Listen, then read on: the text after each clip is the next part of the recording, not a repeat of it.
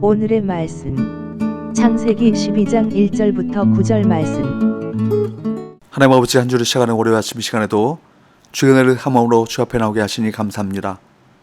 이 시간에도 우리 모두에게 말씀을 통해 하나님의 음성을 들려주옵소서. 예수님의 거룩하신 이름으로 기도합나이다. 아멘. 할렐루야. 성교 성도 여러분, 오늘 하루도 하나님의 은혜와 평강이 여러분 삶 가운데 넘쳐나길 축복합니다. 오늘 우리에게 주는 하나님의 말씀은 창세기 12장 1절에서 9절까지의 말씀입니다. 그리스도인이라면 다음 두 가지 질문에 답할 수 있어야 합니다. 부르심을 받았는가? 그리고 보내심을 받았는가? 하나님이 나를 선택하시고 부르셨다면 그것은 보내시기 위한 것임을 기억해야 할 것입니다. 부르심이 없는 보내심은 있을 수 없습니다. 언어를 혼잡하게 하셔서 사람들의 원심연에 흩으신 하나님께서는 수많은 사람 중에서 한 사람을 택하여 부르십니다. 그가 바로 아브라함입니다. 하나님은 아브라함을 부르시고 보내십니다. 사람들의 죄로 인해 부패한 문제를 해결하기 위해 하나님은 홍수 심판으로 노아 가족 외의 모든 사람을 멸하시고 다시 세상을 시작하셨지만 인간의 죄악은 다시 걷잡을 수 없이 불어났습니다. 이에 하나님께서는 아브라함을 부르시고 또 그를 보내심으로 새로운 재창조, 즉 의인의 후손들을 세상에 복이 되게 하는 역사를 시작하셨습니다. 하나님은 아브라함에게 떠나 가라 그렇게 명령하십니다. 1절, 여호와께서 아브라함에게 이르시되 너는 너의 고향과 친척과 아버지 집을 떠나 내가 네게 보여줄 땅으로 가라. 그가 떠나야 하는 곳은 어디입니까? 가장 익숙하고 안전한 고향과 친척과 아버지의 집입니다. 4절 말씀에 보면 당시 아브라함의 나이가 75세였습니다. 75년을 살아왔던 땅입니다. 그때까지의 삶과 환경에 익숙해져 있었을 것입니다. 게다가 족장시대였기에 친족을 떠나면 보호해주는 세력이 없어 위험한 상황에 빠질 수도 있었습니다. 그런데 하나님께서는 아브라함에게 명령하십니다. 내가 내게 보여줄 땅으로 가라. 그럼에도 4절의 말씀에 보면 이에 아브라함이 여호와의 말씀을 따라갔고 라고 말씀합니다. 신약에 와서 히브리서 기자는 이때 상황을 이렇게 그려주고 있습니다. 히브리서 11장 8절 말씀에 보면 아브라함이 하나님의 말씀에 순종해서 떠날 때 갈 바를 알지 못하고 떠났다고 말씀하고 있습니다. 하나님은 우리에게 당신이 보여줄 땅으로 떠나라고 가라고 그렇게 말씀하십니다. 그러므로 하나님의 백성은 하나님의 말씀을 따라가는 사람입니다. 하나님께서는 아브라함에게 무엇을 약속하십니까? 2절, 내가 너로 큰 민족을 이루고 내게 복을 주어 내 이름을 창대하게 하리니 너는 복이 될지라. 하나님은 아브라함을 통해 큰 민족을 이루고 그를 복의 근원이 되게 하시겠다고 약속하셨습니다. 단지 아브라함과 그의 자손만이 아니라 모든 민족에게 복을 주시기 위해서 그를 부르신 것입니다. 그리고 마침내 이 약속은 그리스도의 복음으로 성취되어 우리가 하나님의 자녀가 될 수 있었습니다. 이제 우리는 복을 받는 자로서 아브라함처럼 복을 전하는 전달자로 살아가야 할 것입니다. 그것이 하나님의 복을 받고 누리는 자의 합당한 삶인 것입니다. 4절 5절, 이에 아브라함이 여호와의 말씀을 따라갔고 롯도 그와 함께 갔으며 아브라함이 하란을 떠날 때 75세였더라. 아브라함이 그의 아내 사레와 조카 롯과 하란에서 모은 모든 소유와 얻은 사람들을 이끌고 가나안 땅으로 가려고 떠나서 마침내 가나안 땅에 들어갔더라.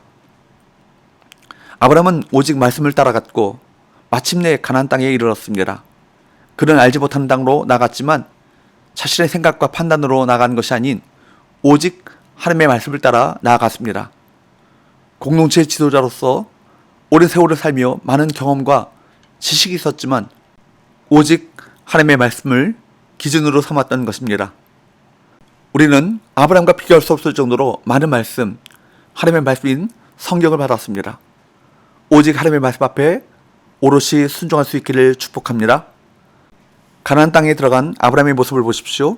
6절에서 8절, 아브라함이 그 땅을 지나 세겜 땅 모래 상수리 나무에 이르니 그때 가나안 사람이 그 땅에 거주하였더라.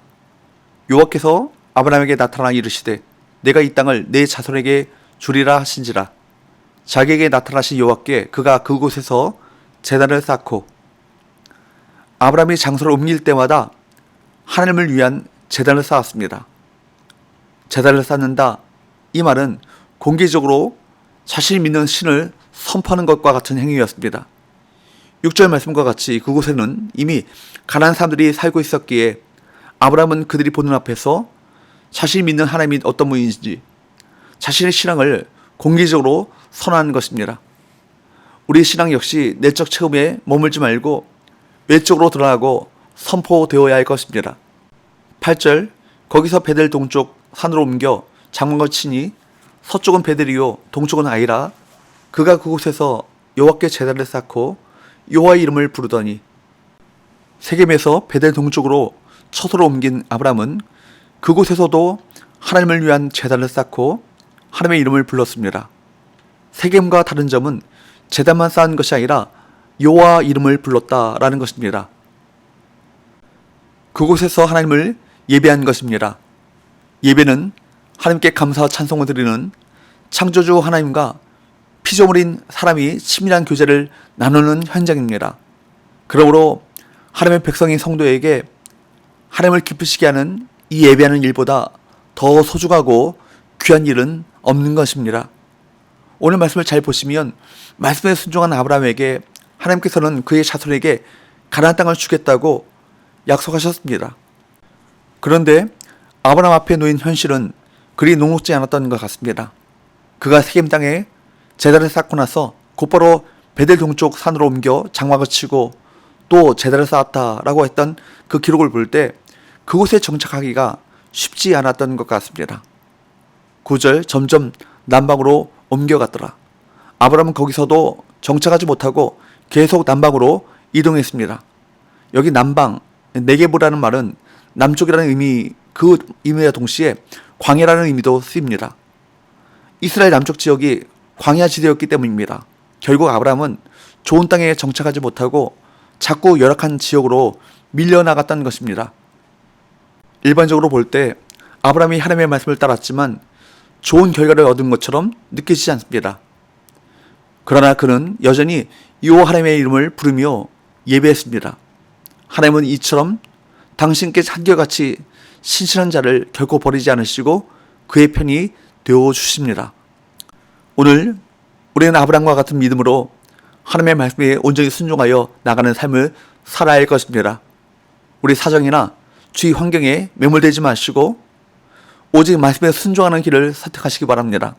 결국 아브라함, 그는 복의 전달자와 복의 통로로 부르심을 받고 보내심을 받았습니다. 바벨탑의 흩어짐의 저주를 끊고 온 민족에게 복을 전하는 복의 통로가 되었습니다.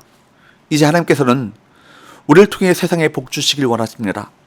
하나님의 말씀에 따라 순종함으로써 하나님의 축복을 전하는 전달자의 사명을 감당하시는 저와 여러분 되시기를 주님으로 축복합니다. 기도합시다. 하나님 아버지, 하나님께서 우리를 선택하셔서 부르셔서 세상의 복의 통로로 만드시기 원하시는 하나님의 뜻을 깨닫게 하시니 참으로 감사합니다.